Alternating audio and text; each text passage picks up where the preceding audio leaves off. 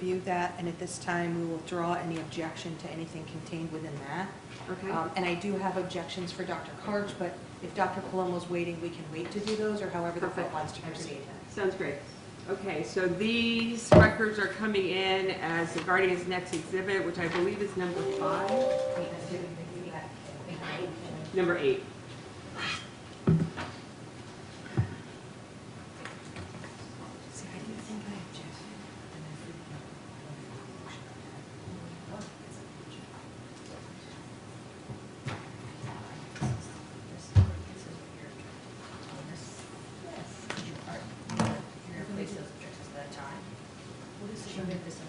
No, this is Dr. Karch, right? Yeah. So you're gonna wait and check that. Right, she's going to do it Palomo. Karch is this afternoon.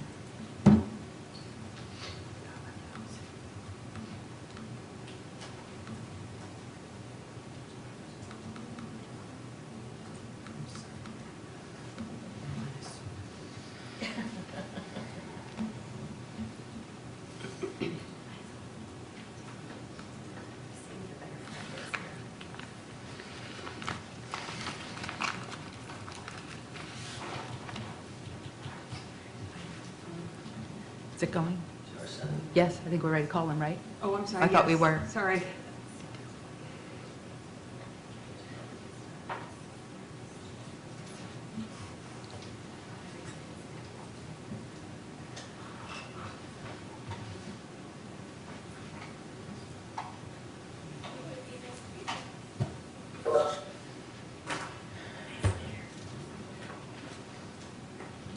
Good morning.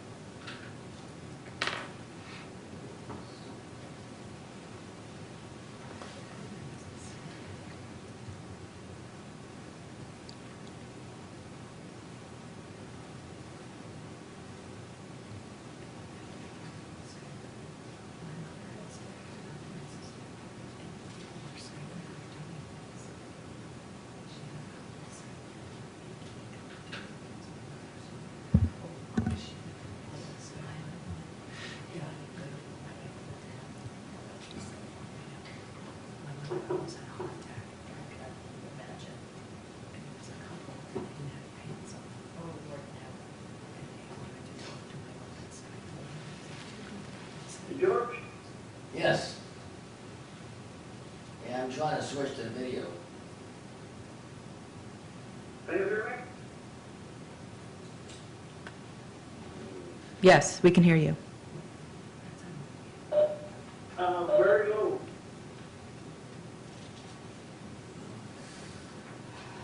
Has a line through the Can you microphone. hear me all right? Oh, yeah, much better. All right, what view, do you have a courtroom view? Actually, no, I just have audio. You don't have a video? Right now, no. So, start your video. Well, I have started, that's all, the best I can do, I give up. Well, we can see the doctor. We can see you.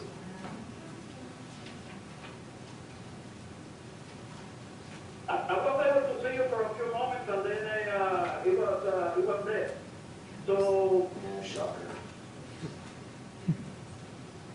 if you use your mouse and scroll all the way down, you're gonna see some icons. There you go, much better. Yeah, I'm just trying to switch to the other camera, not this camera, the laptop camera.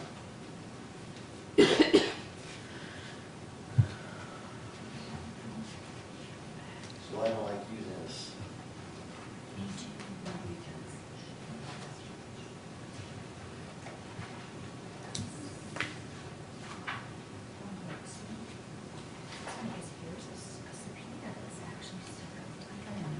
On your net meeting, how do you switch cameras?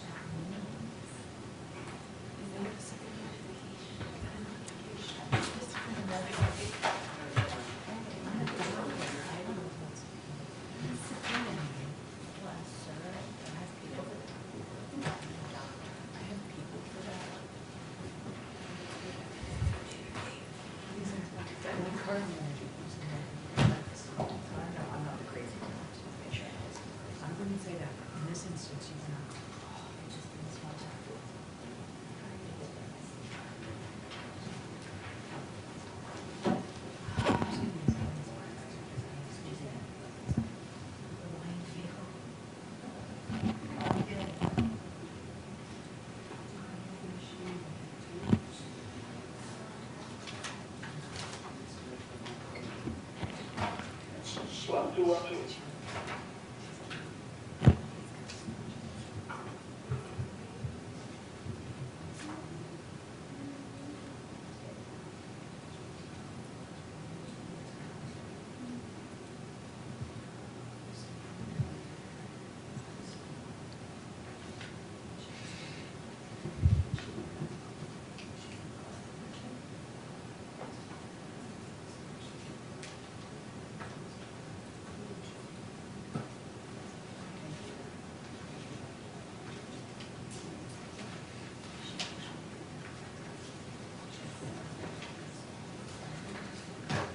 Hey, George, Yes.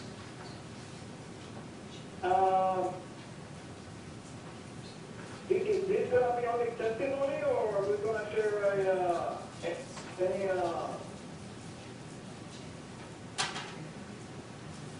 In your net meeting, I'm trying to switch the camera, instead of the laptop camera to the external camera. And I don't see an option. I had that with Skype, but I don't see that with net meeting.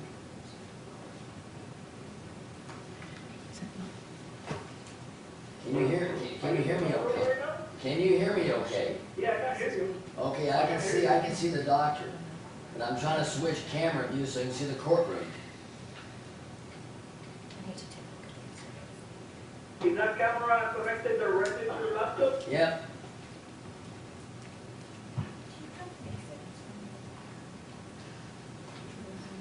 Go to the event manager and make it the default.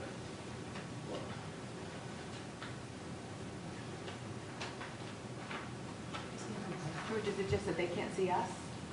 No, they're looking back this way. They don't have this camera on that. I'm trying to. It's just another. Trying to switch the cameras. It's not that simple. No, I don't care what they're seeing, to be honest with you. He doesn't need to see any of us. I don't think he cares. As long as he can hear us and he can hear the questions clearly. I think to show him the document, if we need to show him. No.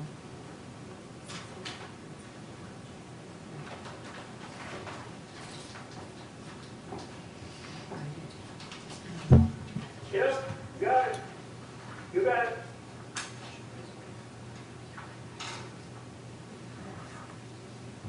Here we go. There we go. You got it. Just had to reset That's it. good.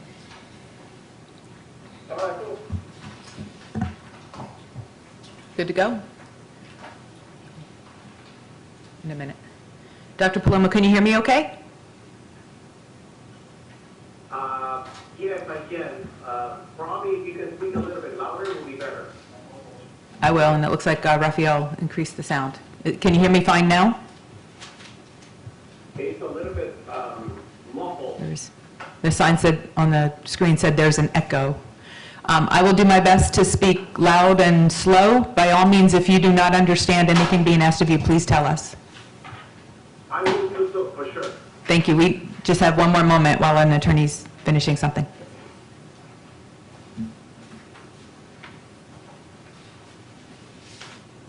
May I proceed? Yes. Can you state your full name for the record, please? Yes, good morning. My name is Pablo Javier Palomo Sanchez. I don't know if he can see me, so I'll come Oh. down there to swear it in. Oh, that's fine, Judge. Why? Did they give you that hard copy? Doctor, if you could raise your right hand. No, not your copy, but Do you solemnly swear or affirm that the testimony given this matter will be the truth, the whole truth, and nothing but the truth? you gave me a copy. I do. Thank you. Just today? Yeah. No, You gave me a copy. no ma'am, I handed you this now in evidence. She didn't bring And I us a took it copy. back so they could mark it in evidence. I marked it. I thought that was my copy. I thought it was a courtesy copy. Sorry. Okay, that's okay. Did you mark it in any way that we need to address? or- I highlighted it. Okay, that's fine. I don't have a problem with that. Okay, everybody ready? I can proceed? Courtesy copy, so I don't know. We usually do courtesy copies. I filed it, I so apologize. may I proceed? Okay, thank you, Dr. Palomo. Can you spell your last name for us, please? Last name is Palomo. Can you spell it, please? I didn't hear that question, I'm sorry. Can you spell it, please? P as Peter, A as Apple, L as Laura, O as Oscar, M as Mother, O as Oscar. Thank you. Can you state your occupation, please? I am a pediatric gastroenterologist. And where are you employed currently? Currently, I work at Nemoures Children's Hospital in Orlando, Florida. Can you summarize for the court your background and education that enables you to hold that position? Where do you want me to start? Do you have a medical degree? I do have a medical degree. This was obtained back in my home country of Salvador. I graduated as a physician back in 2002. Okay, and did you complete a medical residency? I did, ma'am. This happened in between 2006 to 2009 in San Juan, Puerto Rico. And do you currently hold a medical license in the state of Florida? I do hold a medical license in the state of Florida, yes, ma'am. Do you have any other training or expertise or experience that specifically applies to the gastroenterology or pediatric gastroenterology? Do you mind rephrasing your question, please? Sure. Do you have any other experience that relates specifically to pediatric gastroenterology? I'm not just a pediatric gastroenterologist, ma'am. Okay. Do you have any board certifications?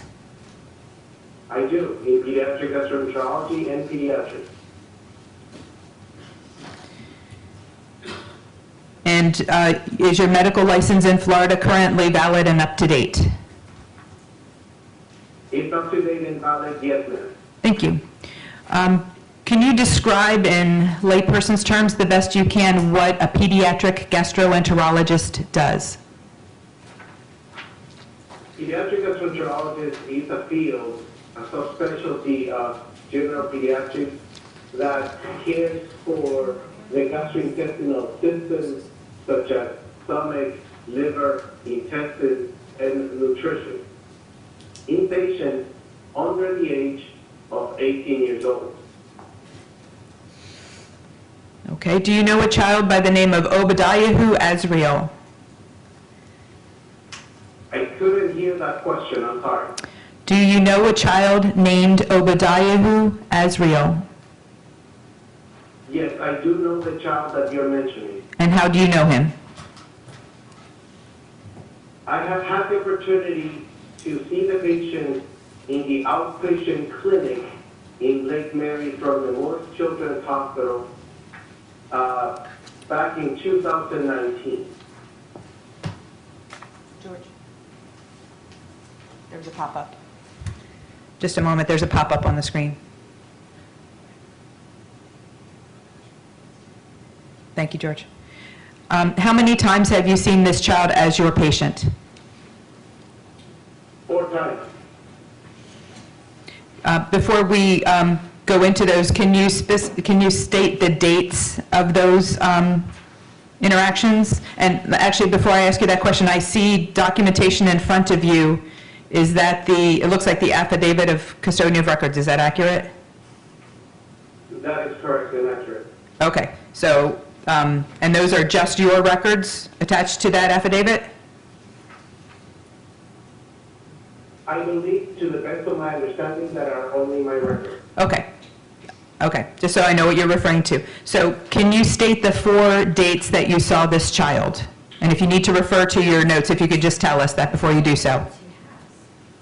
I will need to go through my notes with your permission because I don't know the exact date top of my head. So if you allow me, I will have to go on the record to review that. Just a moment. May I just confirm from, I cannot discern the document that is before Dr. Palomo. I can't see what it is. He's testified that it is a a certification of medical records of the medical records. Could I have the page number that he has in front of him, so I'm certain that we all have the same thing? There's no way for me to know that he has the same thing I do. If you could have him identify the date on that certificate and then the page number as he refers to it. Sure. That way, Right, and the dates, I mean, I don't Yes. know. He could have something totally different. Okay. Dr. Palomo, can you, on the top page, the certification that you're looking at, can you tell us the date at the bottom of it, just on the top page?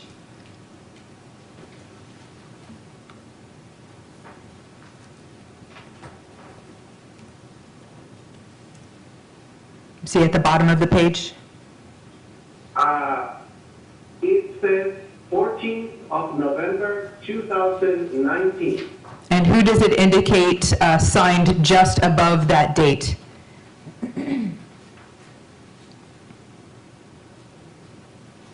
By Crystal.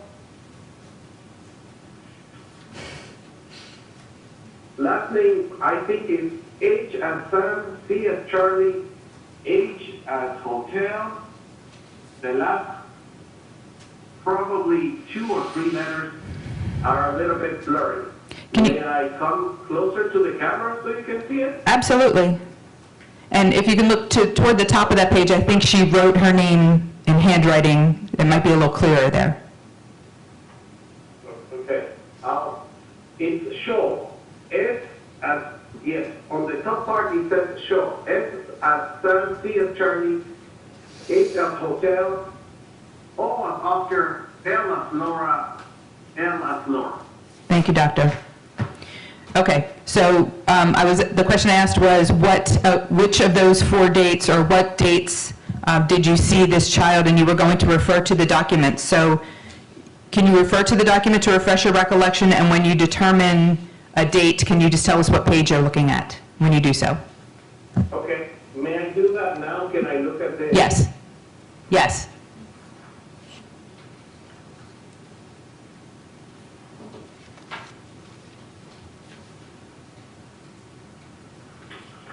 First visit, May 1st, 2019. And what page are you looking at?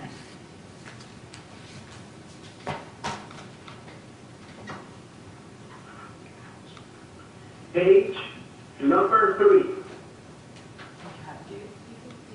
Thank you. The next one?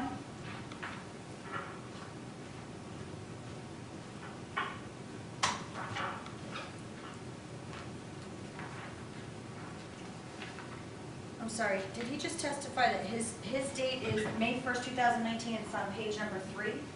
Yes, that's where he determined The that. record being entered is page number 1. 5/1/2019 is page 1. what's on page 3? It's on a number of different pages. He testified that page 3 was the one he was looking at, and it does have that date on that page. Okay, so we need to know what page 1 says, because that's what I'm concerned with. All of them look different, and that's the problem. Judge, if I may, he said page 3, that date is on page 3, and the rest should be safe for cross-examination, I would request. This isn't, I'm not cross-examining, Your Honor. I'm making sure that this person has the same documents because it's a Skype. If page 3 contains that date, I'm confident that we're so far on the same page and with the same documents. So I think he's looking then next for the date of the second visit. Yes, Your Honor. Okay, Doctor, the second visit?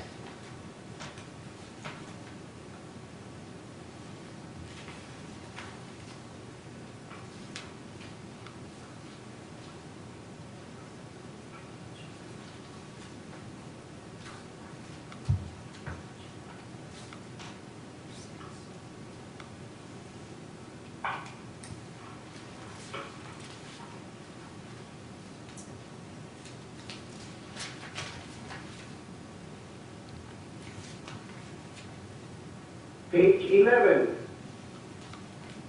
6/5/2019, June 5th, 2019. Thank you. And the third visit? Wait, whoa, whoa, Oh, wait, excuse me. hold on one. You One can person here. you can look for the third visit, but please don't speak yet. The video is very blurry right now. I have June It did. 5th as well, okay, on page 11. Okay, doctor, the third visit, I see that it's blurry on my end as well, but we can still see you clearly. Enough. The third visit, please.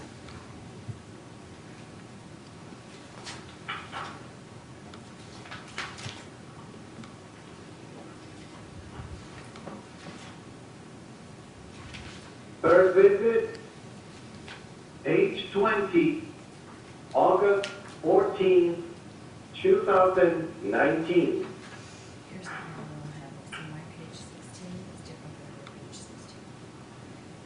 Because they have been using the business records. Is that what's happening? I can't remember. If I may, I don't know if it helps, but I believe he's referring to the page number at the bottom right hand of each page. I'm familiar with where page numbers are on papers, so I appreciate that assistance though, but I am familiar. The fourth visit, doctor? Judge, I need a moment, please, because I'm noticing irregularity and I might need to place it on the record. Well, I'll let the doctor look for the date, but not answer the question. Just a moment.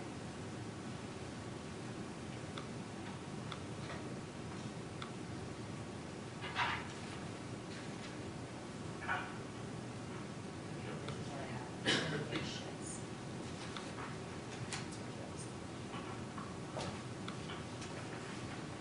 It's a shift.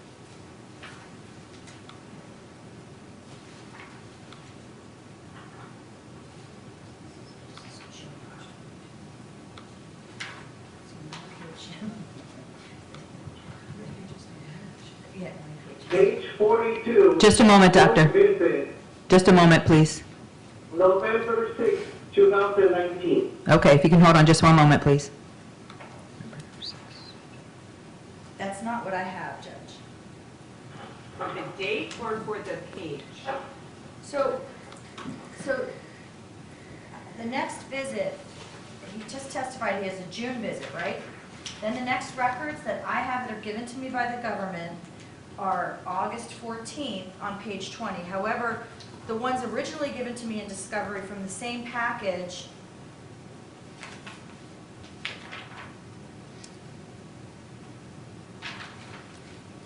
on June, okay, sorry, hold on a second. Okay, I think I see that issue. But the next visit that I have with this patient is from this doctor is August 14th on page 20. That's, he testified August 14th. On page 20, I'm sorry, I Yes. apologize. Third visit. Okay, so he's on fourth visit, I apologize. Doctor, can you state the date of the fourth visit and the page you refer to again, please? That's 42. Yes, sir. A fourth visit is on November 6, 2019, page 42. Thank you.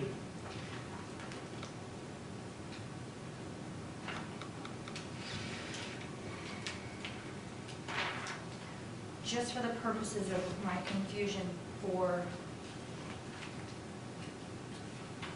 the court, is that there are, in between, there are not visits, but records. That's what is causing me the holdup.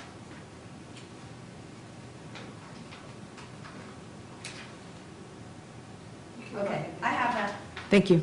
Okay, thank you, doctor, for your patience. Can you summarize for me the, please, the, what you rely upon in treating a patient such as this child?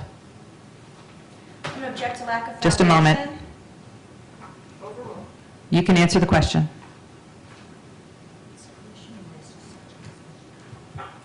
Do you mind rephrasing the question for me, please? Not at all, sir. What do you rely upon in treating a patient such as this child?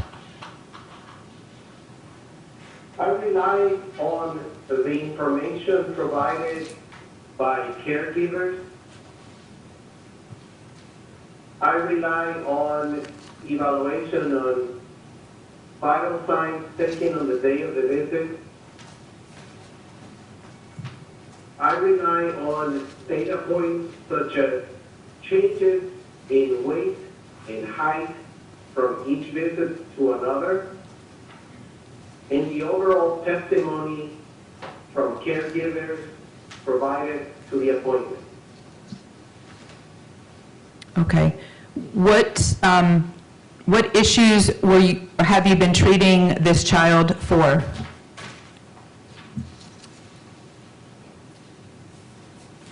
I met this child in May of 2019 with history that he needed to have a nasogastric tube for feeding purposes, and they were transitioning care from Arnold Hospital to our hospital due to presumed miscommunication with the gastroenterologist at Arnold Palmer. Okay, so when the child Oba came to you, did he already have that nasogastric tube? That is correct. He already had the nasogastric tube. Okay. Other than that, were there any other observations you made of him physically at the time?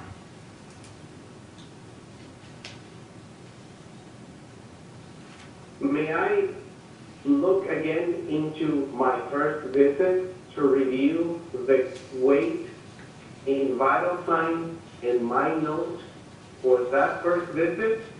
Yes, if you need that to refresh your recollection, but again, if you can just refer us to the page you're looking at when you get there. Okay, I'll do so now.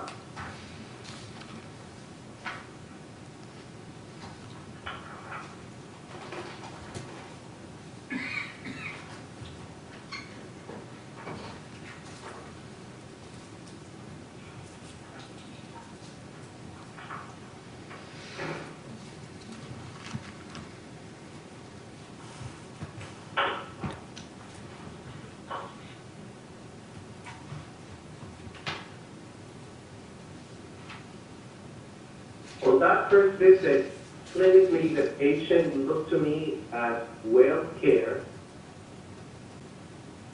I did not see the patient having clinical evidence of something that I needed to intervene other than continuing the care of the nasogastric tube feeding.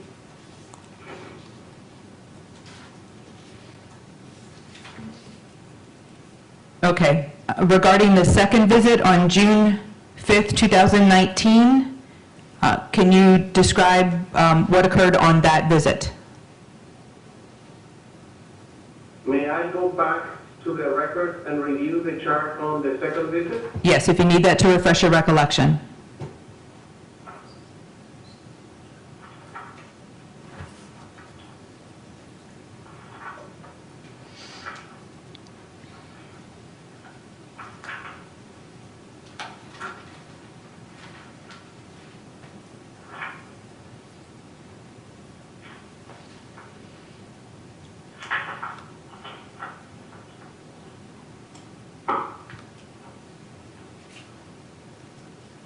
I basically think by what my assessment is on page 16 of the record of the second visit, where I am stating that I was pleased on how the patient was doing, as clinically he was gaining weight well. Okay, why was it important that he was gaining weight? I'm sorry, I couldn't hear. Why was it important that he was gaining weight? It was important because gaining weight and growth is a primordial parameter for any pediatric patient. What do you mean by that? All children need to grow and develop, including this patient. Okay, did you make any recommendations at that time? Same page 16, I discussed with foster mothers that we could stop the continuous nighttime feeding and space out the nasogastric tube feeding. And I what, wanted the patient to come back in 2 months as a follow-up. and why did you recommend at that time that the continuous feedings could stop? My intention was to see if the patient was able to tolerate bolus feed rather than continuous feed. Okay, and why was that a concern for you? Overall, bolus feed is a more physiologic way of feeding in comparison to what we call continuous feed.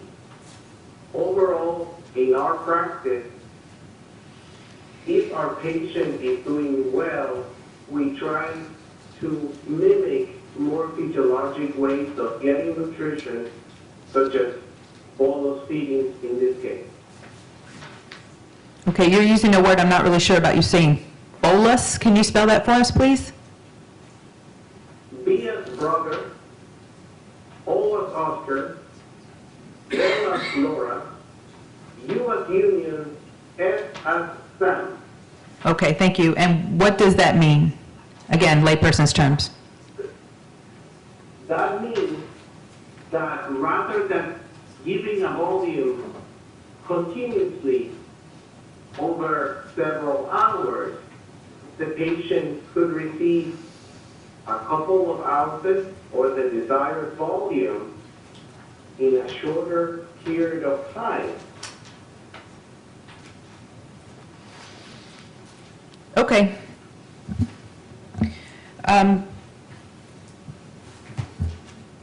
The third visit, which occurred on August 14th of 2019, can you describe to us what occurred on that appointment?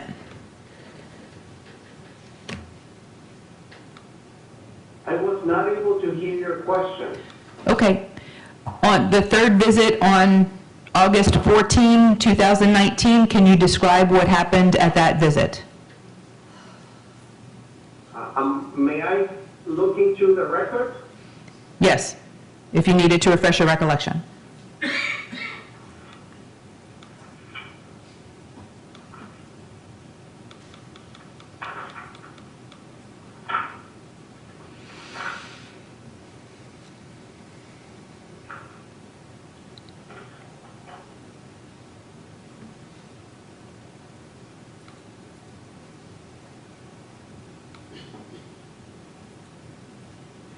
On page 25 of the record, my assessment states that I wanted to evaluate his oral skills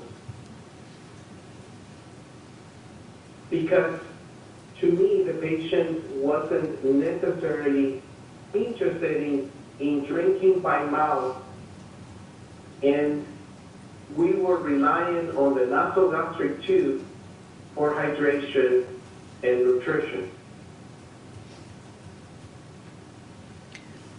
And did you make any determination regarding that fact?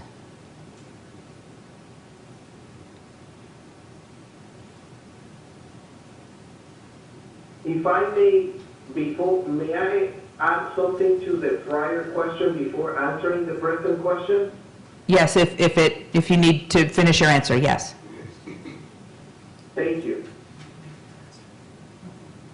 I also discussed, and on my assessment on same page 25, that the patient could at some point require a different feeding device called gastrostomy tube. That's what I wanted to add on the prior question. Okay, thank you. Do you mind repeating the current question again? I'll do my best to remember what I asked specifically. I think you said you referred to, you wanted to evaluate his oral skills because he didn't appear interested in drinking by mouth, and you were relying on the nasogastric feeding tube. And my question was, why did you want to evaluate? Why did you want to make that evaluation? Because if a patient is having a diagnosis of what is called oral aversion or a feeding disorder, they can benefit from receiving what is known as feeding therapy to improve development and reinforcement of oral skills so that patients can have better chances of eating by mouth. Okay, and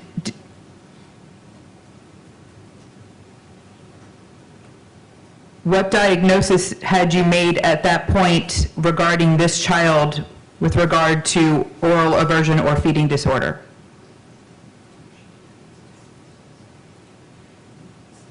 Do you mind repeating the question? No, sir.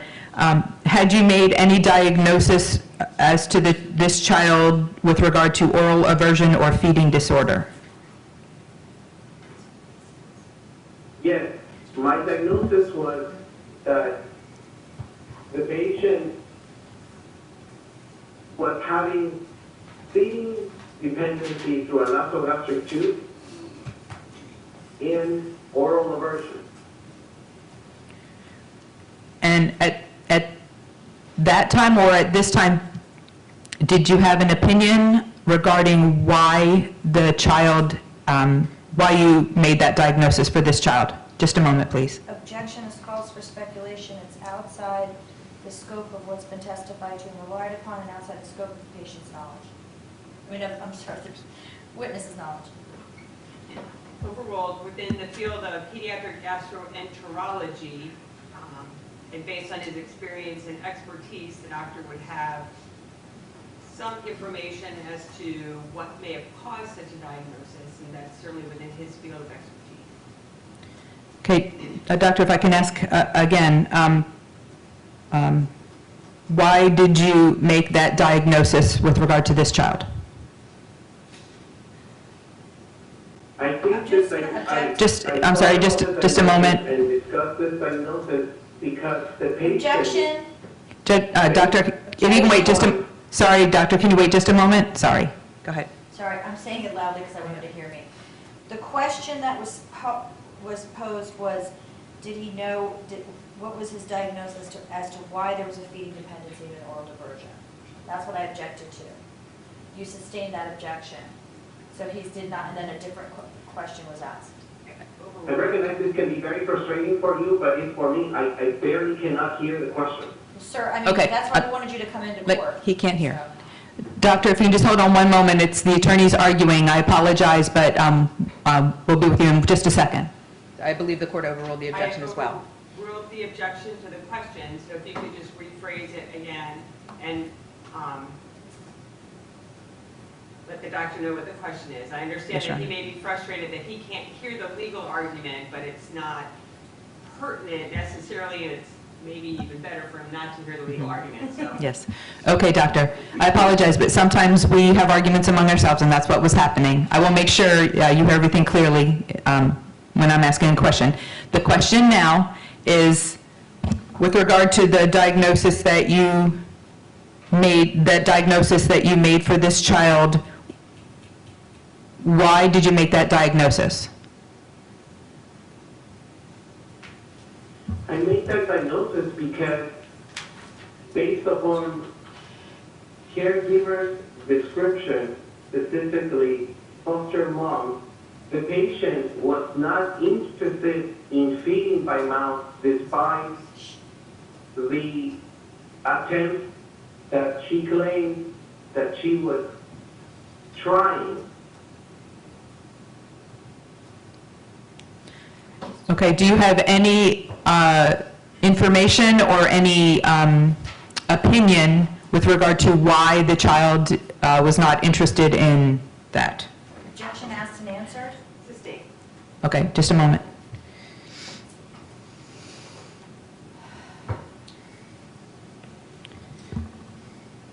At that point, doctor, and we're still talking about the third visit on August 14th of 2019, at that point, did you determine that the nasogastric What did you determine regarding the nasogastric tube? I'm going to object, asked and answered. It was not. Overruled. You can answer, doctor. At the August 14th visit, what did you determine regarding the continued presence? At the August 14th, I decided that we needed to remain and keep using the nasogastric tube for nutrition and hydration purposes. Okay, thank you. With regard to the fourth visit you testified November 6th of 2019, what occurred during that visit? I apologize, can I interrupt? I'm sorry. Before we leave the August 14th, did you make any, you mentioned a feeding therapy. Did you make a recommendation for feeding therapy for the child? Yes, I did make recommendations for feeding therapy for this child. And which visit did that occur at?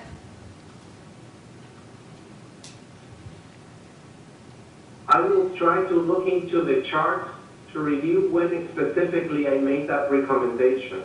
Okay.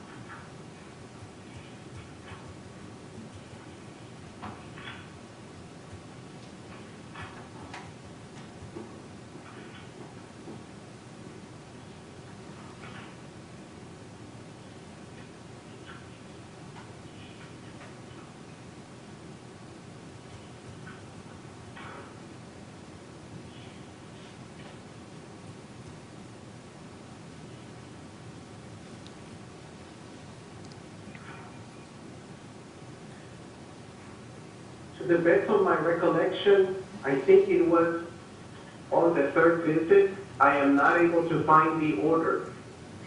Okay. And with regard to the fourth visit on November 6th of 2019, what occurred at that visit?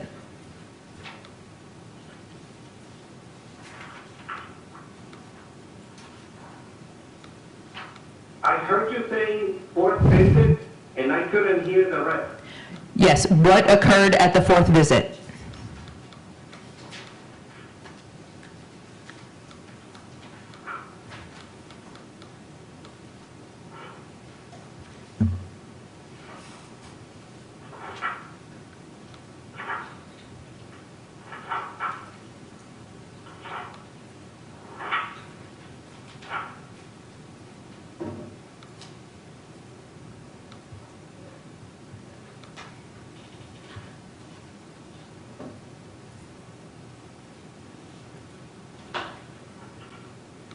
Yes, by the fourth visit, the patient already had established care with feeding therapy. What did you determine at the fourth visit with regard to the patient's continued weight gain and growth?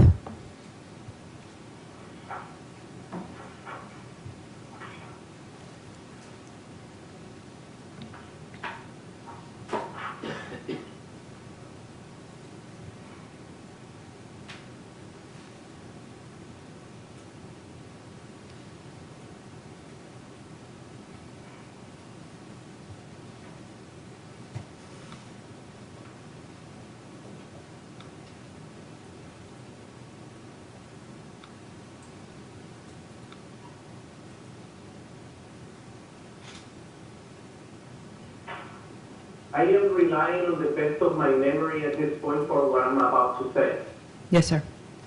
I think that he might have been still gaining weight by the fourth visit.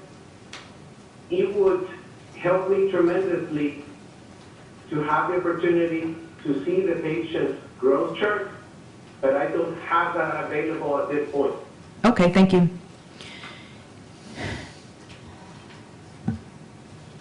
Doctor, can you describe to us how infants learn to eat? Object to Just a moment, just a moment. But then have someone to send it. stop that so I don't have further noise. I apologize for that. I couldn't hear your last comment or question. I'm sorry. That's okay, just a moment, and we'll fix. Okay, I'm going to object to the lack of foundation in the form of the question, but you overruled it. The question was, how do infants learn to eat? And I'm overruling the objection. Okay, doctor, how do infants learn to eat? Still trouble? Anything. I'm sorry, you said you can't hear anything at all? It's very muffled. Judge, at this point, I'm going to renew my objection to the, and I, believe me, I don't want to do this, but I'm going to renew my objection to the witness refusing to appear in person and appearing by Skype, and for the same objections that I raised in my written objection to the court. And one of the concerns I had was the technological ability, because this happens. This is a fundamental right that my client is facing being terminated. It is of the highest level of scrutiny in our state and in our country, and if this doctor cannot hear the questions and we don't have the proper technology to accommodate his reluctance in driving to Brevard County, I believe that problem should not be on the back of my client's constitutional rights. So I'm going to renew my objection, and I'm going to ask that this witness drive over for this afternoon so that we can have testimony live and effectively. George is still here, right? Yes. Can you tell if something just came loose, or what the technical issue is, or if it can be remedied? Because prior to this, I felt that the doctor was able to understand, he was responding properly to questions. I think Ms. Taylor was making an effort to speak slowly and clearly and loudly, and the doctor had no problem hearing the question. And I did not recognize from his answers that there appeared to be any disconnect between his answers and the questions. So if this technological glitch can be remedied, I'm going to overrule the objection. But if it can't, we may be in a different circumstance. We may need to, it looks like the screen has frozen, so we may need to remake the connection. In the alternative, I'd ask the court, once we resume the visual, I'd ask if we reach the doctor by phone so that he can contemporaneously, we can turn the sound down on the screen. That has worked in the past. But the first, we still need to address this, yeah. I'm not going to.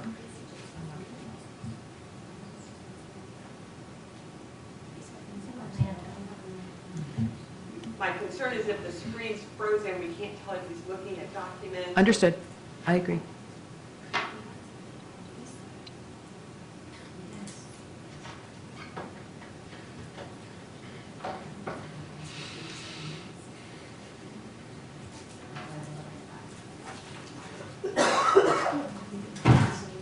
So we're off the record and in a brief recess. Do you need a coffee cup? Raphael, are you still there? He's not here anymore. All right, I'm gonna close it out and restart the net meeting and see if I can, it's just getting worse. If I may say this, when you come this close, I hear much better than what I hear the person behind you. Maybe. So I just wanted to make that clear. If anybody talks where you are, I can hear. Let me move the camera, Can you let me move talk it again? closer to the podium. The visual is returned. It's not frozen.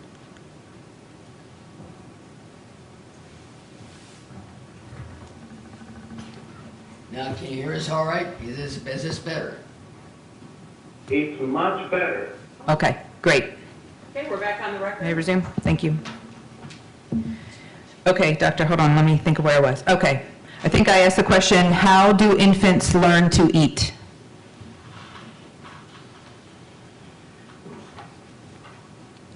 I just want to make sure that I understood the question correctly. Can you rephrase that question? Objection is to non-responsive. He just asked that the question be repeated or rephrased. Yeah. Rephrase is what, he doesn't understand that he wants to be rephrased, okay. I'm going to ask you a slightly different question. Do infants, I'm sorry, let me rephrase it. What occurs when an infant is drinking, either from a breast or from a bottle? What's occurring to them, other than nutrition? I hear you, but now the communication is chopped. I certainly, if you want me to drive there, I can certainly do it. I recognize the importance of this case, and I am all willing to cooperate. I think all of us would appreciate that if it's certainly possible. When are you talking about, could you be here, this afternoon? How much time do you think that the team, the honorable judge, will allow me? I'm in Orlando. 1:30? We will resume in the afternoon at 1:30,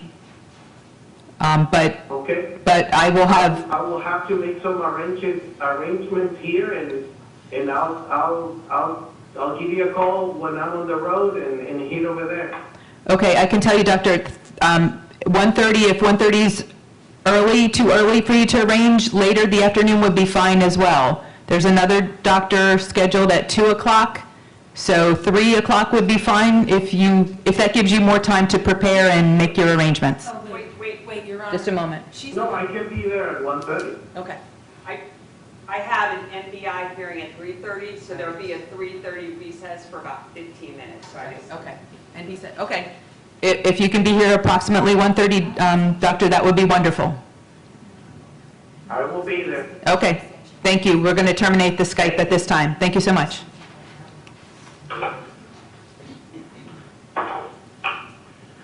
Judge, if I can just put on the record, just to be clear, never mind, I'm not going to Yeah, address it. because I would like No an reason. inquiry as to where the guardian ad litem came up with the idea that this doctor did not want to participate in person, because it seems as though the doctor did, and if information was different, I would need to know that in order for professional responsibility. I don't understand your question. My question is, the guardian ad litem requested that this witness testify via Skype because the witness did not have the time and was so important that they could not come in. Okay. And this witness has just testified under oath that he absolutely understands and he has no problem coming in. So I'd like to know, where is the evidence that this was actually communicated? I'd like that turned over to me. I'm not going to address that as part of this trial. I'm happy to address it as an outside matter Thank you. or a separate matter, but it has nothing that involves the parents. So I'm happy to address that separately, but it's not relevant for purposes of the doctor's testimony. Thank you very much. Thank you, George. Judge, my next witness is also Skype from a different location. Mr. Goddard, are you able to, it looks like you're setting that up.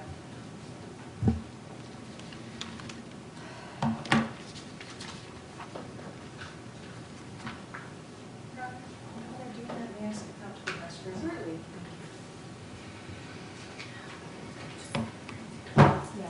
I think we'll be in recess. Thank you. About 10 minutes so everyone can take a comfort break. Thank you.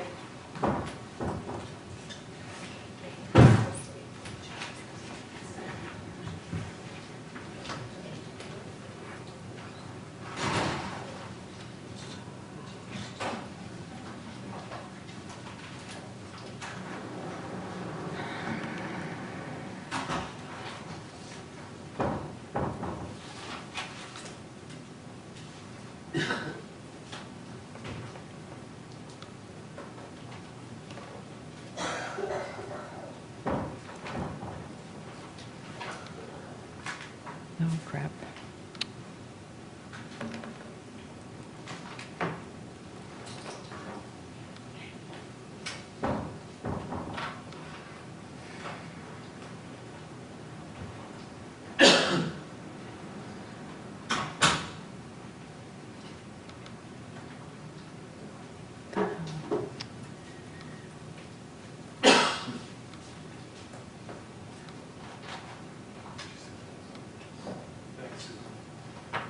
trying to get it.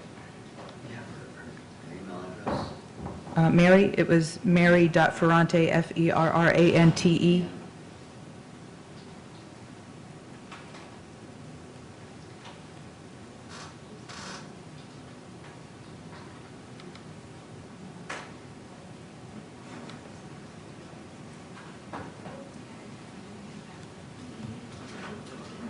Talk into the microphone, can you stand here and talk with the microphone like this? Because they just hear here, maybe this You is think? distorting. Oh, that's a good thought. That's a good thought. If you talk It to may the be. TV, right? I'll give it a try.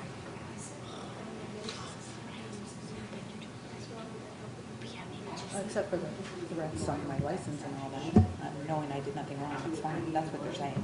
She's saying like I did improper and she needs to report me to the authorities, that's what she's saying. BS. Maybe talk up here and let them. That's a good without the good mic. thought, Maybe yeah. the mic is why it's doing It might that. be echoing, yeah, that's a good thought. Is Mary Ferrante at? At, I'm trying to think of where I had it. Is it Arnold?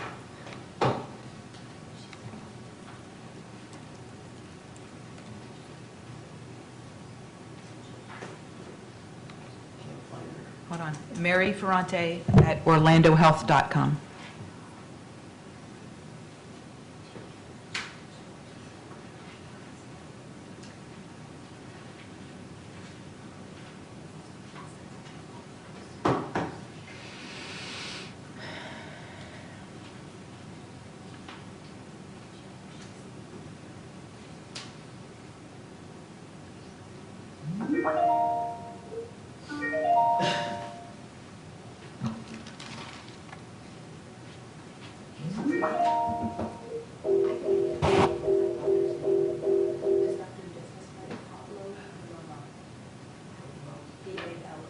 I got the right Ferrante. Yes, never.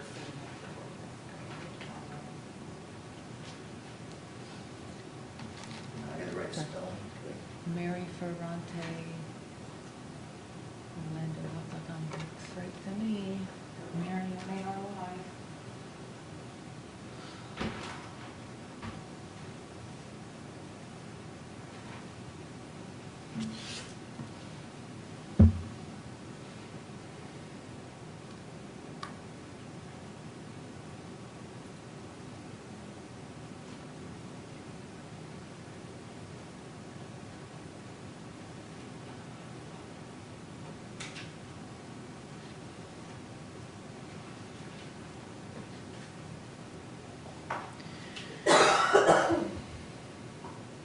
No, Orlando Health.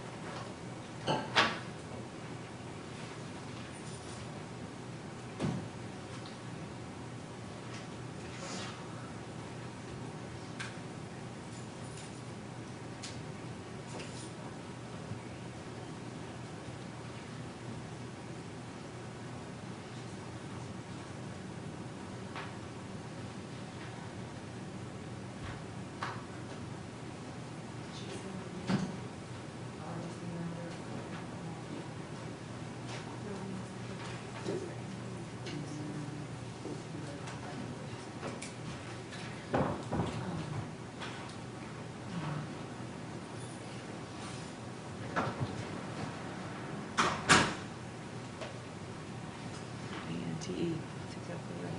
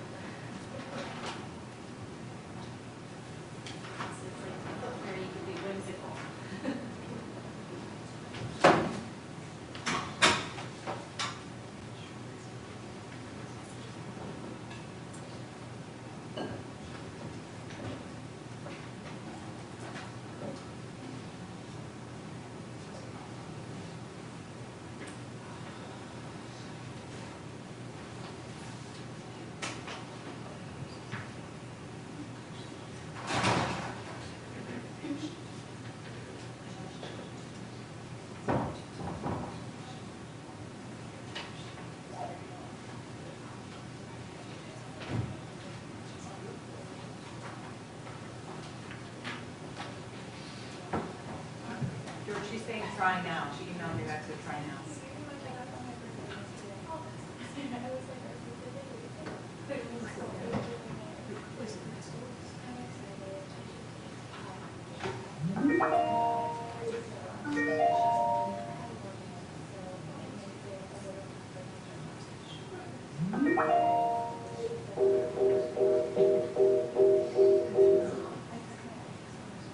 I'm sorry? She's not online.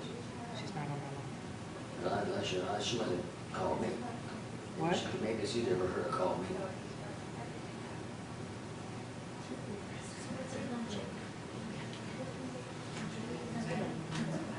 We had this problem yesterday trying to, or Wednesday to test. I don't know if she has what she needs to, I mean, I connected before, so it should be on her Skype. Remain seated, come to order, court is back in session. Okay, we're back on the record.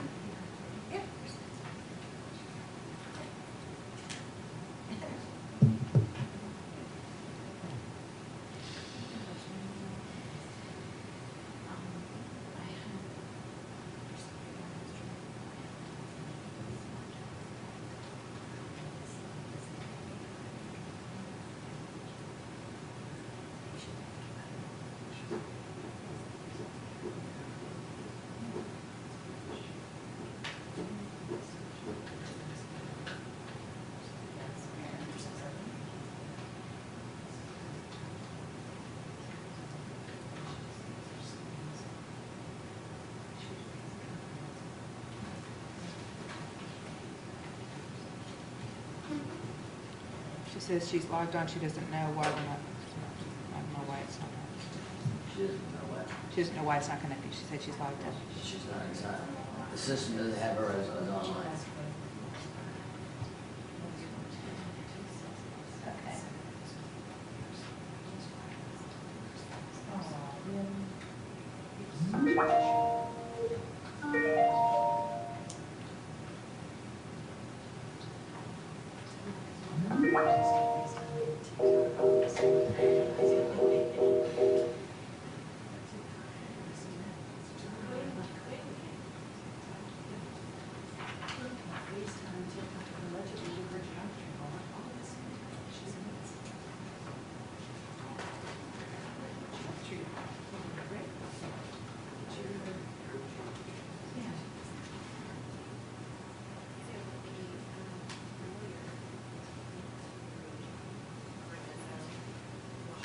Yeah.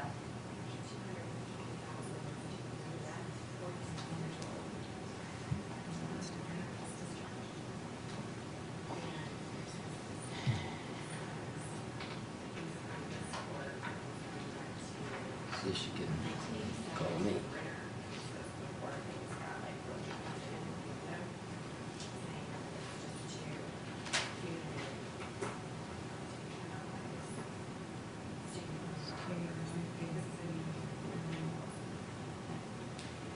Which one?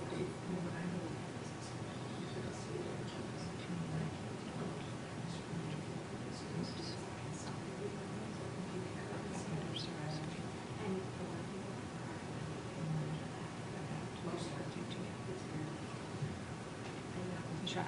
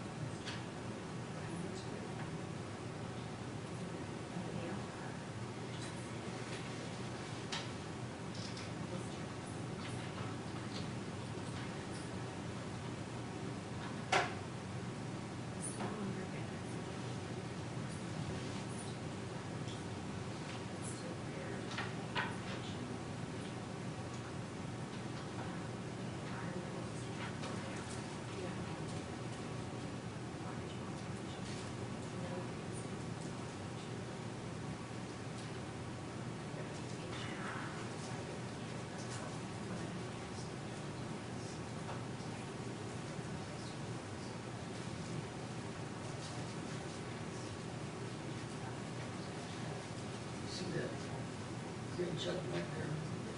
That means I'm online. See, she doesn't have a green, so she's not curse, her net cursing system's not on. She says she's logged in, I don't know.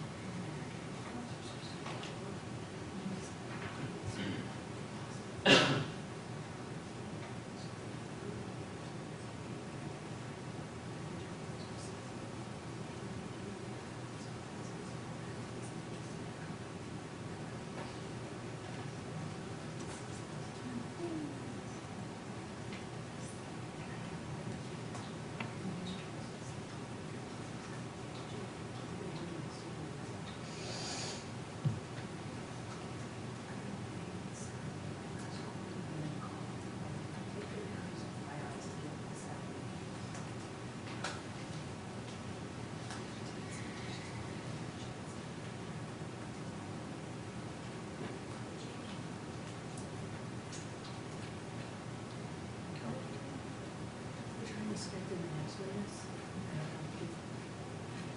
I thought I saw her there for a week long. She was there for a week long. No, she disappeared. She said, disapparated. I really have it.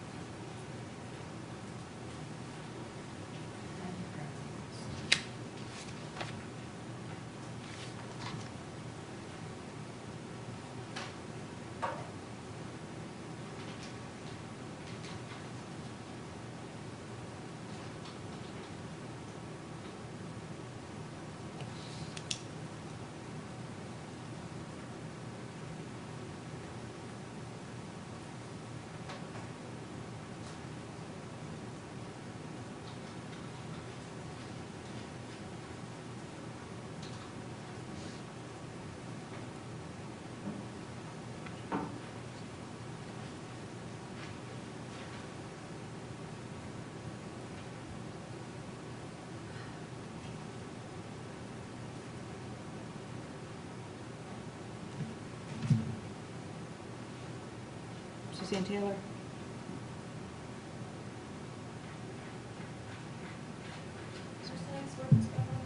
Dr.Ololade Akintoye?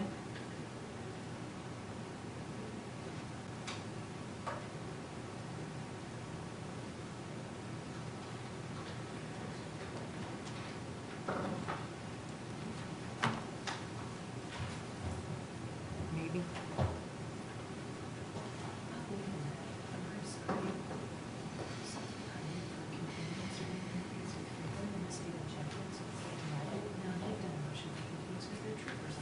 Oh, no. I'm sorry.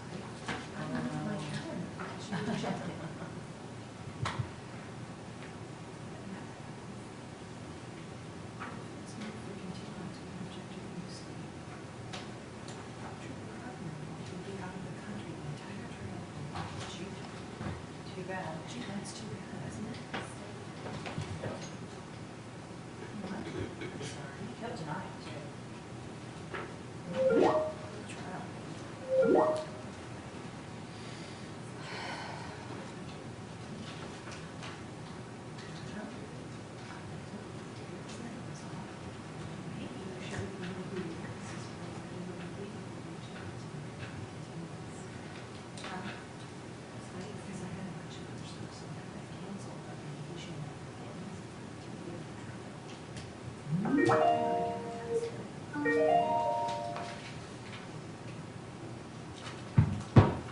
Ah. Okay, Suzanne. Okay, Mary, we can see you and I can hear you. Can you hear me okay? Yes, can you see okay? Yes. Oh, you just got very clear. Is the doctor present? Yes. Tell the lady who helped you thank you very much. Hi, thank you. Hi, doctor. Can you hear me and see me okay? Yes. The judge is going to swear you in. Just a moment.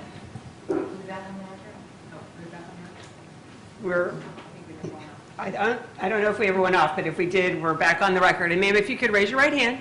Do you solemnly swear or affirm that the testimony given in this matter will be the truth, the whole truth, and nothing but the truth? I do. Okay.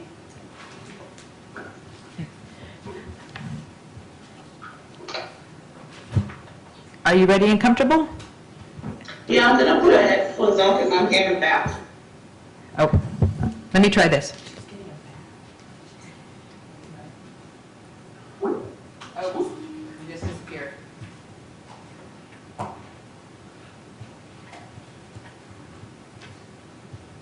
Says I'm on hold. There. Okay, Okay, you're that's back. better. Okay, can you hear me okay? Mm-hmm. Okay, I'm coming forward a little bit, maybe you can hear me better. Okay, that's better. Can you state your name for the record, please? Just, It's Ololade Akintoye. The only thing I need to object about is if Ms. Taylor is standing before the microphone that's taking the record for the courtroom, I just want to make sure that Ms. Taylor's questions are going to be recorded properly for the record for the courtroom. Perhaps you should turn the microphone around. Do you know? I'm happy to do that. I was worried about some feedback. Someone suggested that might have been the problem previously. Generally, digital recording notifies us by email immediately if Okay. they can't hear anything, so I've not received any, have you received any? Okay, great. And Thank I'm you very much. pretty Judge. loud for the I record. appreciate that, Judge. Okay, say your last name one more time, please. Akintoye. Okay, I just want to make sure I was pronouncing it somewhere close. And can you spell your first and spell your last names? Ololade is spelled O-L-O-L-A-D-E. Last name is spelled A-K-I-N. T as in Tom. O-Y-S-E. Okay, and what is your occupation? I'm a pediatric cardiologist. And where do you currently practice pediatric cardiology? Orlando Health with Arnold Hospital. Can you summarize for the court your medical degrees? So I graduated from medical school in 2010 from Medical College of Wisconsin. And I did my residency at Cincinnati Children's Hospital in Cincinnati and cardiology fellowship at Duke University Hospital. And then I also have an advanced cardiology degree in cardiac imaging and fetal cardiology from Emory Children's Hospital of Atlanta. Do you hold any board certifications? I'm double boarded in general pediatrics and pediatric cardiology. And do you currently hold a medical license in the state of Florida? I do. In total, how long have you been practicing medicine? Since graduation, I'll say 2010. Okay. Can you describe to, in layperson's terms, pediatric cardiology? So pediatric cardiology, and some people call it congenital cardiology because sometimes we do see adults, is basically a physician who deals with heart condition that a person is born with, as opposed to adult cardiology where a lot of times it's a normal heart but has some issues with either the muscle fibers or the coronaries of the heart. With pediatric cardiologists, we deal more with abnormality in the formation or the embryology of the heart. Okay. Are you familiar with a child by the name of Obadiah Azrael? I am. And how do you know that child? I was initially consulted while the child was admitted in the hospital early last year. I want to say February, I don't know for sure, but I know it was early last year. When the residents or the physicians taking care of the kid noted a murmur on his exam. So I recommended get an ultrasound, an echocardiogram, which confirmed the kid had a ventricular septal defect. Okay, let me back up a second and ask you, when you're treating your patients, what do you rely upon when you're treating your patients? It depends on why the patient is seeing us. Our physical exam, history, all the diagnostic workup, anything from an electrocardiogram to an echocardiogram to MRIs. It literally just depends on why the patient is seeing us. Do you review medical records when treating your patients? Yes. Do you consult with other doctors when treating your patients? As It needed? depends on why the patient is with us, yeah. Okay. I think you started to say part of it, but why were you seeing this child? Because of the ventricular septal defect he has. Okay, just a moment. Never mind. Okay, can you describe what you just said, ventricle defect? So ventricular septal defect, I'll just say VSD for short is what majority of people call it. It's basically a hole in the bottom chamber of the heart due to lack of incomplete formation of the septum or wall that separates the two bottom chambers of the heart. Okay, and is, you said VSD, is VSD a congenital condition or not? It is a congenital condition. He was born with it. How many times have you seen this child as your patient? I'll say at least 4 times when I was consulted with him in the hospital, and he had follow-ups with me. Okay. Do you recall when your first follow-up occurred? Approximately, at least. I want to say April, around April. I think I saw him twice in April, and then I saw him sometime in the summer, June or July, and then I saw him again in November was the last time I saw him. Of 2019. All in 2019? Yes. Thank you. Okay, do you review his vital signs at every appointment? Yes, we do. And does that include tracking weight and growth? Definitely. And why do you do that? When a kid has specifically now come to his condition of ventricular septal defect, lack of weight gain can be a sign of the kid being in what we consider pulmonary overcirculation or heart failure, especially if they have adequate nutrition. So we usually will track it. Okay. Let me back up a little bit and ask the VSD, that the S, the word that constitutes S, can you spell it for us? Septal, S-E-P-T-A-L. The septum is the wall of the heart, the bottom chamber of the heart. Okay, thank you. So ventricle are the two bottom chambers, septum is the wall, and defect is the hole. Okay. When you first saw this child, was his weight and growth of concern to you, Yes. and why? And I don't have the numbers offhand, off the top of my head, but when I saw him, I believe he was not even on the growth chart. Every child grows a different, they have a different weight, and each child follows his own growth curve.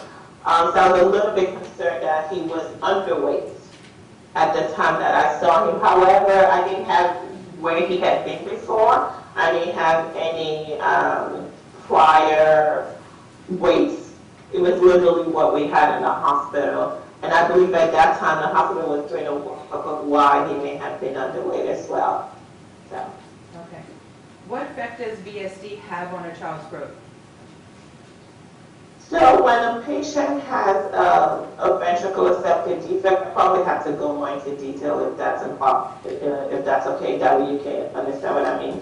When a patient has a ventricular septal defect, what it means is that one, they have a hole in the bottom chamber of the heart. So what's going on is that you don't have the separation of the oxygenated blood that is being brought back after it's been oxygenated from the lungs to the deoxygenated blood that's been used up. So usually in a normal heart, blood that has been used up goes through the right side of the heart and goes to the lungs. When it gets to the lungs, it gets oxygenated and it goes back to the left side of the heart, and the left side pumps it to the body.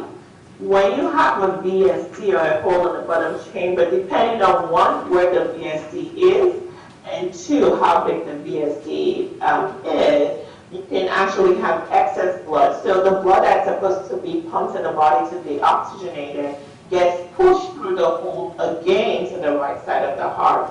So you have a lot of flow now going to the lungs. Let's say only about 40% of the flow is supposed to go to the lungs. Now you have about 60 to 70% of the flow going to the lungs.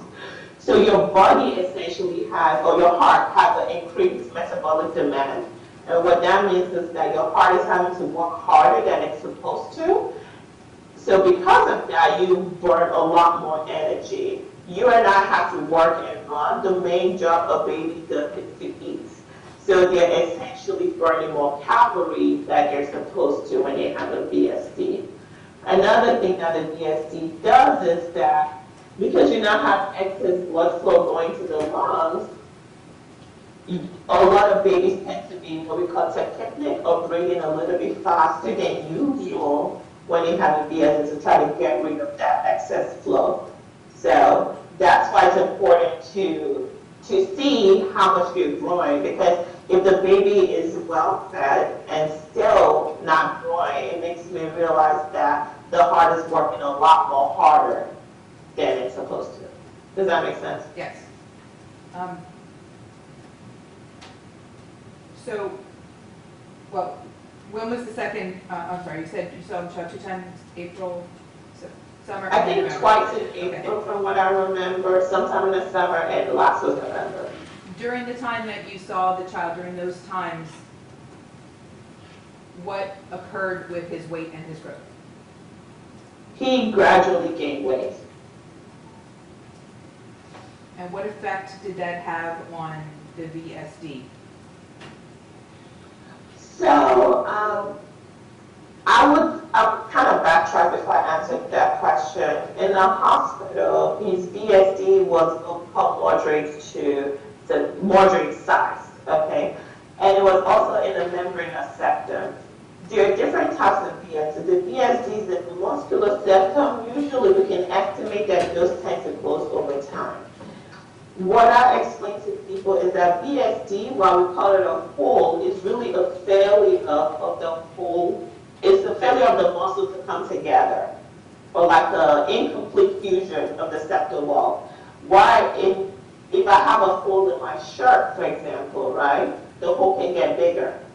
Whereas with a VSD, as a patient grows bigger and the muscles get bigger, that hole can actually close over time.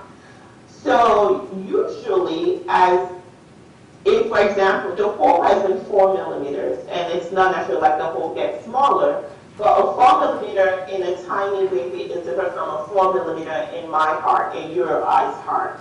So over time, we say it's smaller, but I wouldn't necessarily say it's smaller. It's more like the muscles are growing, so it fills up that space a little bit more, and it's not as effective, or it's not causing as much problem.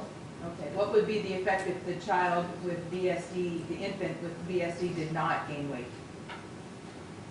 So, for example, if the VSD stage of moderate, and the baby doesn't gain weight, a lot of that flow will continue to go to the right side, and the baby would more likely continue to lose calories because, the baby's not growing.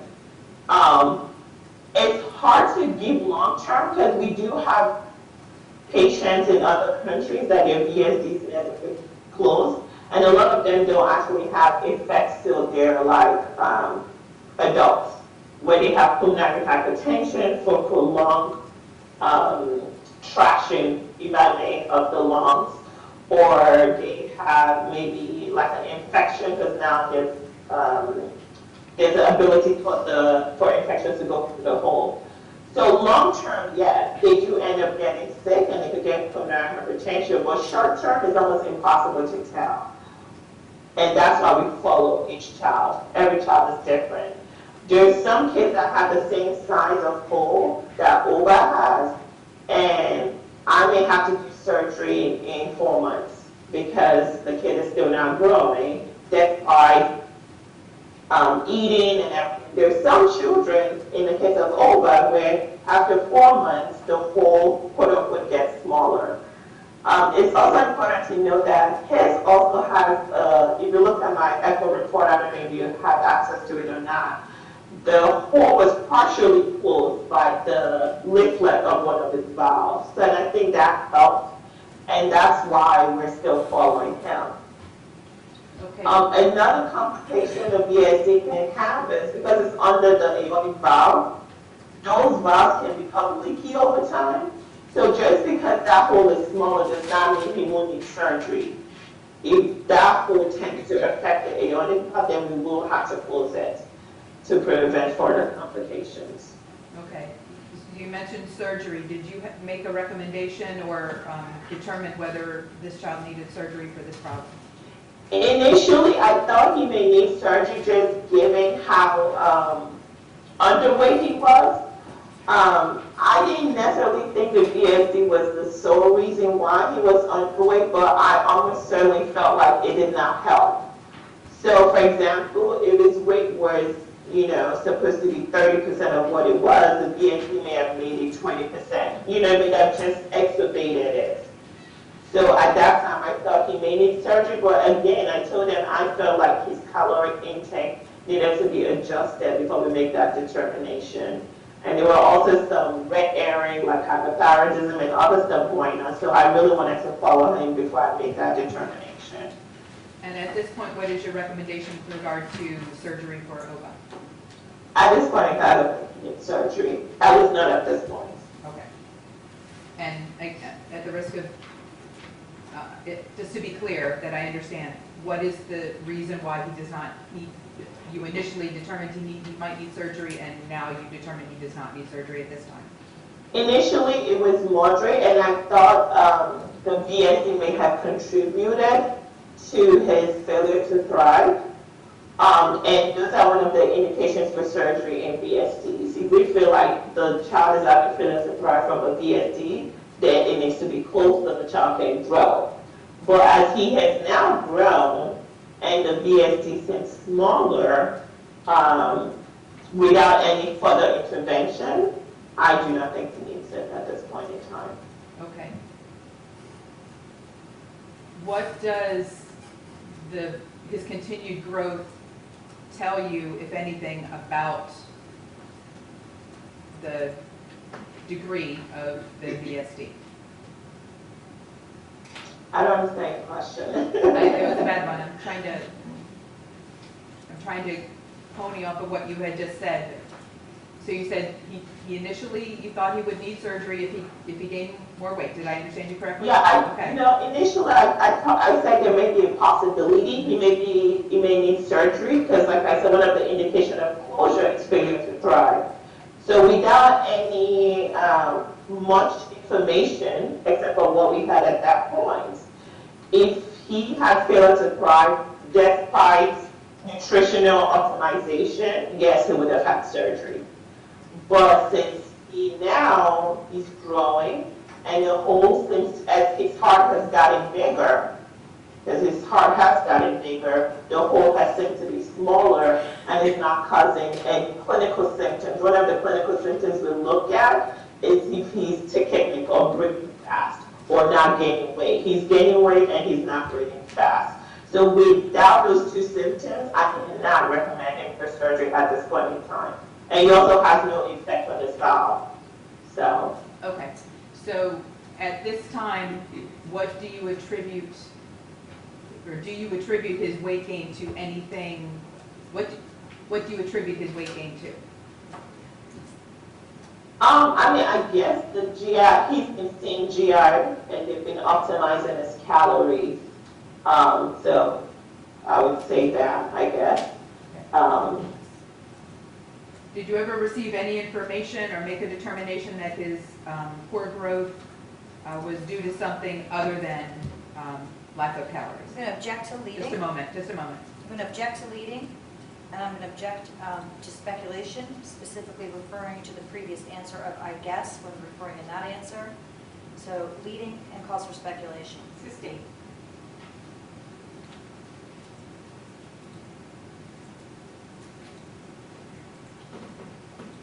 Do you have an opinion regarding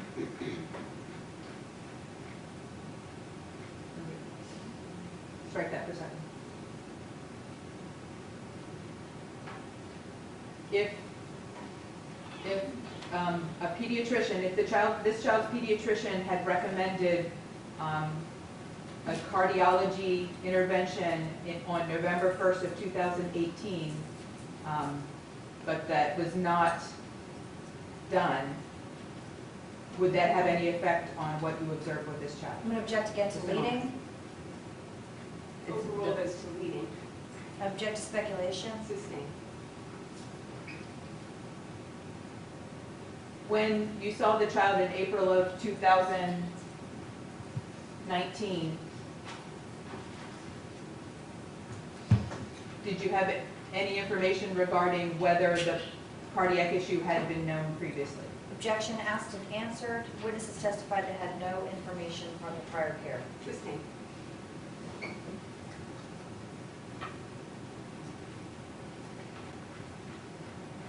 What would have been the effect of earlier intervention with this cardiac condition? Objection is to speculation. That she's a cardiologist. I can rephrase if any. Certainly that would be appropriate.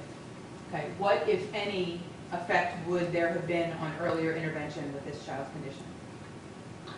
It's difficult to know because one, I really don't have any information prior to seeing this child. I don't know if he's always had failure to thrive or not.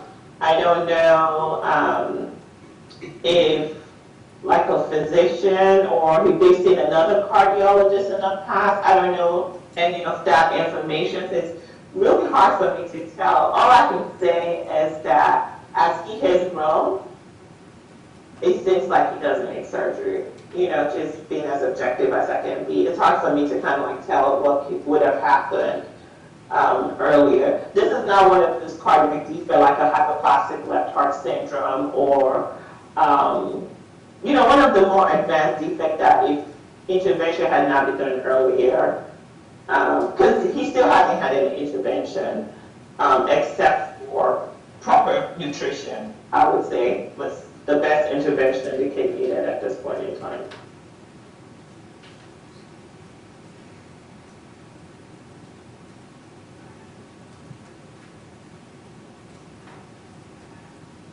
I don't have any further questions at this time. Thank you, doctor. There's some other attorneys that may have questions. Thank you. Okay.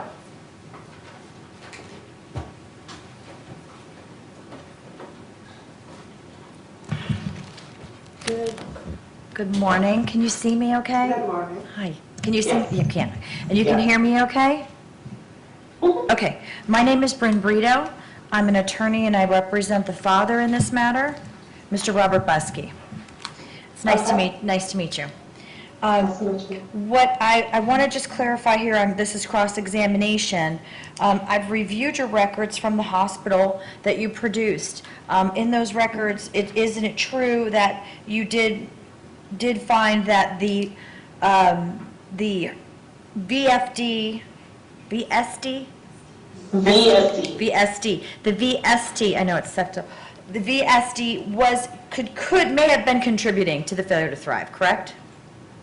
Yes. Okay. I said if the kid had decreased, if the kid was, it was hard to tell. Right. But it could have made the failure to thrive worse than it is. Right. And you had no idea about the child's feeding aversions or anything like that, correct? You've never been talked to about that?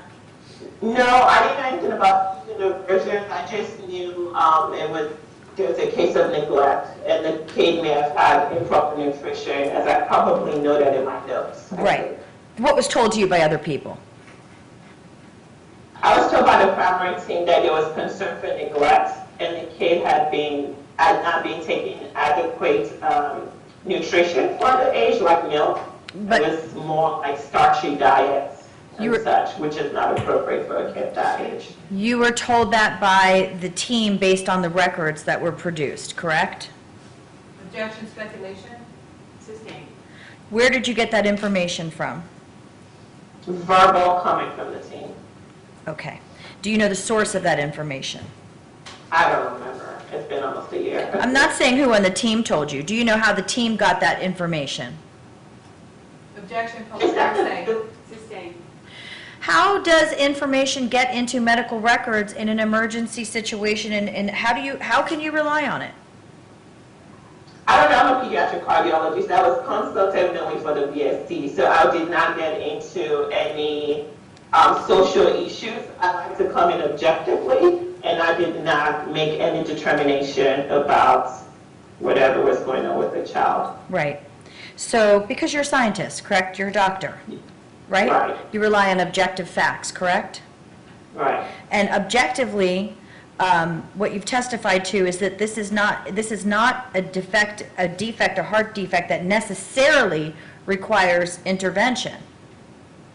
I said it depends on the type of VST and where it is. Mhm. If at the point when I saw the patient, after adequate nutrition, if the kid was still not growing, the kid would have required surgical intervention. Correct. So in other words, there are children who may have heart murmurs. Is that the right way to say it? Why do they say heart murmur? So heart murmurs are just down in the heart. You can have a completely normal heart and have a heart murmur because I just hear an extra sound. So heart murmurs does not necessarily mean you have a cardiac defect. So he has a hole in his heart. So it's a congenital defect, or you could say a cardiac defect. I understand that. So in other words, if a doctor were to say, okay, the child has a heart murmur, if that would not be correct according to you as a pediatric. No, heart murmur is something you listen to. When you have your stethoscope and you listen to a patient's child, you hear an extra sound. Depending on the characteristics of the sound, you can tell if it's an abnormal murmur or an abnormal murmur. So a lot of the times when we get referrals because the pediatrician thinks it's an abnormal murmur, and then we listen to it and make the determination if they need further testing. I mean, because there's some of these records, I mean, is it possible that there are even some doctors that review or listen to hearts and don't catch a heart murmur? Objection, relevance, and speculation. Sustained. Well, I'm going to show you what's been marked. Oh, I can't because she's on Skype. How do I cross-examine her? Well, is it a document that's in evidence? Yeah. Yes, it is. Okay, are these, I don't know what she's referring to. I think she's referring to Dr. Parch's records? I was referring to, it could be Dr. Karch's records. Yeah, let me just double check.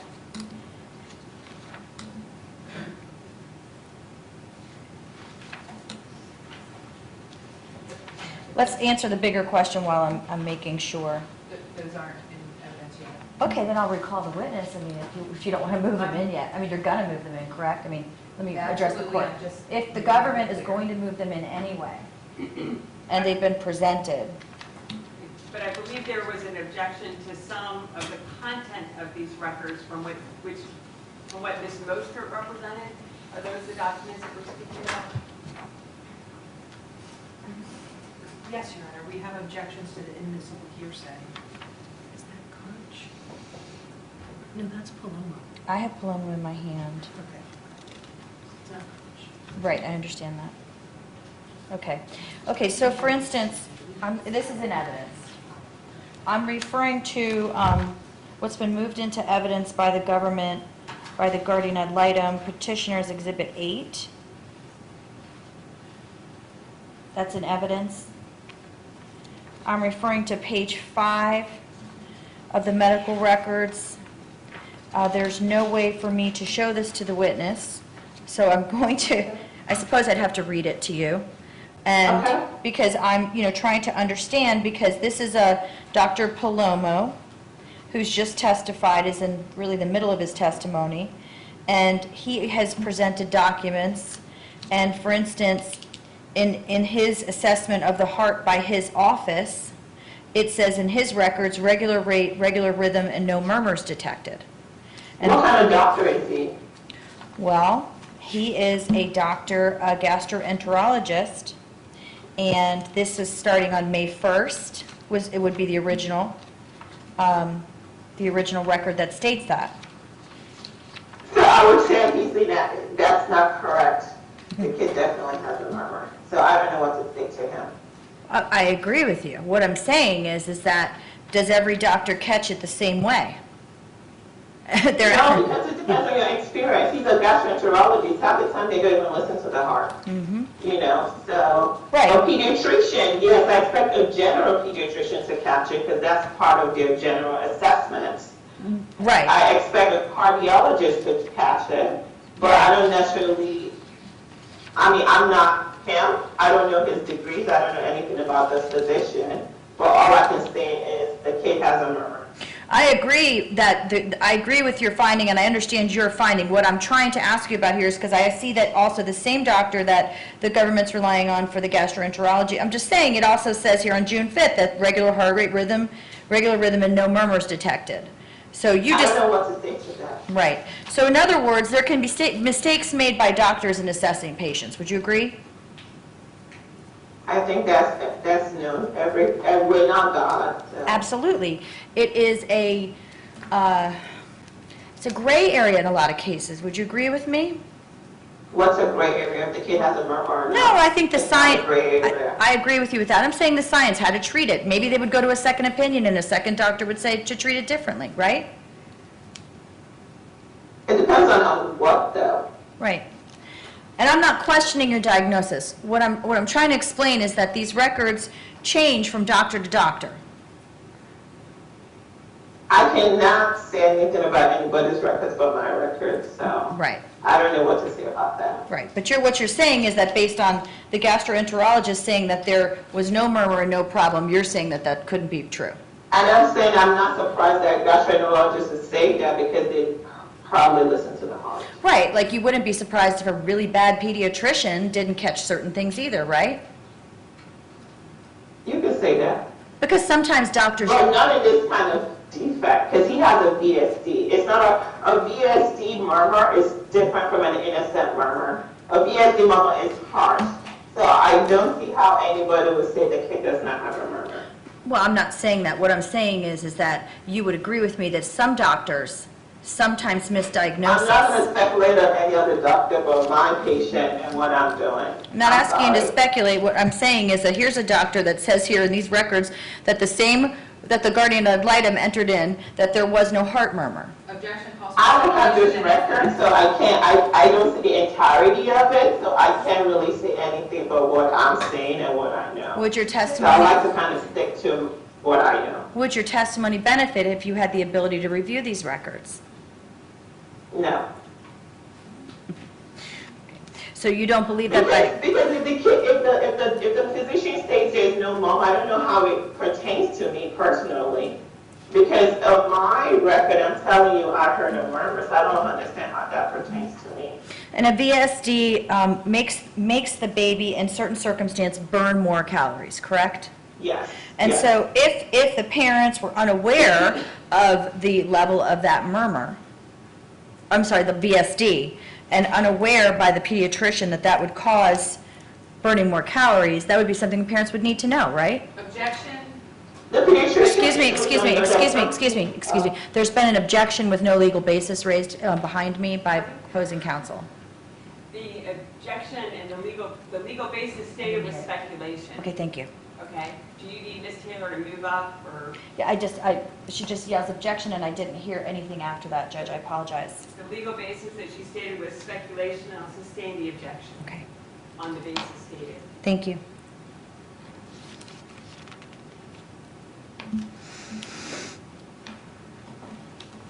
If you give me one moment, please.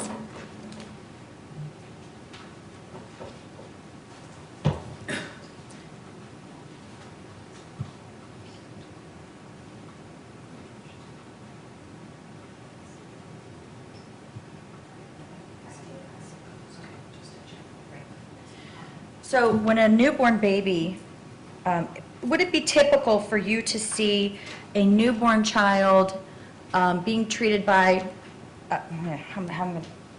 would it be typical for you to be a required appointment of every newborn child? Not every newborn child, no. How do you get your patients? Usually in the hospital, when they hear a murmur, is when they refer them to me. Okay. And then I have to do my diagnostic testing. And then secondly, otherwise? Usually it's from the hospital or from a pediatrician. Pediatrician. That they've heard a murmur. Okay, Yeah. right. Okay. And so it would be responsibility of the pediatrician as the second line of defense to catch this, correct?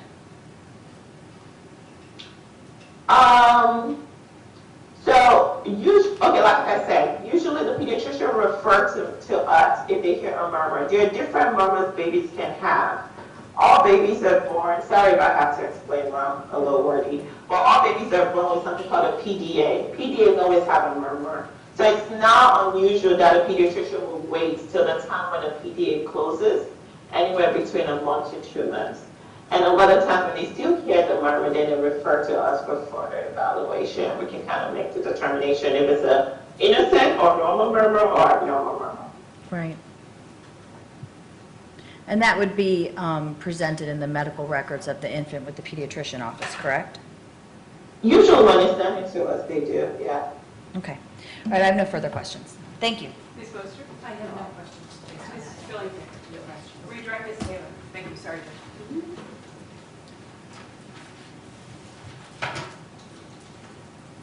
Doctor, did you meet the biological parents in this case? I think I did once in the summertime. The dad and mom came with the foster parent, but I've been dealing more with the foster parent. Okay, and at the time the parents were present at that visit, were you able to inquire of them about any information that you didn't have about the child's background? I think I mainly asked about family history because we did not have that information, but I didn't go into any particular detail about anything else. Okay, did you I have think the, at that time he was doing well. okay, did you have the opportunity to ask the parents anything you needed to ask them about history at that time? I did. Okay. Did the parents respond in any way regarding the treatment of the child? No, actually they were quiet majority of the time, and mom was playing with Oba Okay. under that. Sorry, I'm trying to understand my notes. So you stated that the VSD can cause or can relate to a lower weight, and you discussed the child's the low growth rate of the child. What is the relation between the child low weight, or I'm sorry, low growth, and the VSD burning extra calories? What can you tell us about that combination? Object for Just speculation. a moment. Speculation asked and answered. You can answer, go ahead. In OVA specifically or in general? No, INOVA specifically. I think, at least initially, without having any history, I felt like, let's say for example, with lack of calorie, his weight was supposed to be 4 kilograms. This is just speculation now. With a VSD, it may be even less because it's just like exercising and not eating, right? So if I exercise, it's all calorie in, calorie out. If I exercise all day and I overeat, I'm going to be fat regardless. But if I don't eat and I exercise all day, I'm going to lose even more significant weight compared to someone that eats appropriately and exercises appropriately. So think of the increased metabolic demand as a baby exercising. Does that answer your question? I think it does. So would a child with an infant with VSD require at least as many calories as another child? As another infant? If it's a significant VSD, the child would actually need more calories. Okay. Thank you. No further questions? I have one follow-up. Yes, ma'am. First of all, how do I get a VSD? I would like that. Okay, could you just describe what a pansystolic murmur, no rub or gallop means? This is a harsh murmur that happens throughout the cardiac cycle when the heart is squeezing and when the heart is relaxing. We see that specifically with VSDs. Okay. I have no further questions. Okay. No follow-up, Judge. Thank you. Thank you very much for your time this morning, and you're free to go about your day. Thank you. Thank you. All right. Thank you very much. Bye-bye. Thank you, and we'll be off the record and in recess for lunch. I have 2 shelters at 1:15, but we'll plan on reconvening at 1:30. I do have a plea. I already have the plea forms in front of Judge Atkin at 1:30. Okay. But it could be 1:15. I tried to run up there and see. But I'll be up there early, so I'll be first. But if Your Honor wants to start without me, that's okay too. No? Okay. No, because hopefully we're going to have it, we'll wait for you. Okay. Thank you for making us aware of the conflict. Thank you. And I may run over with the shelters anyway. Okay, good. So It probably we'll know will. where to find you. Okay, yeah, it'll probably work out. Thank you. Okay, appreciate it.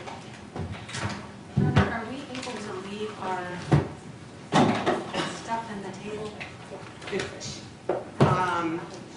My concern is that there's going to be people here and the shelter attorneys will be here. Right. And Okay. do you want to leave your things like up, move them up here or on the bench? Yeah, I'll just bag it up if anybody. We kind of spread out and take it over the whole table. I realize they're. Okay. Okay, sure. It might be about our afternoon. Just one guy's got one, so I'm thinking that might be what it's about. Okay. Fish one. Okay, no problem. You may.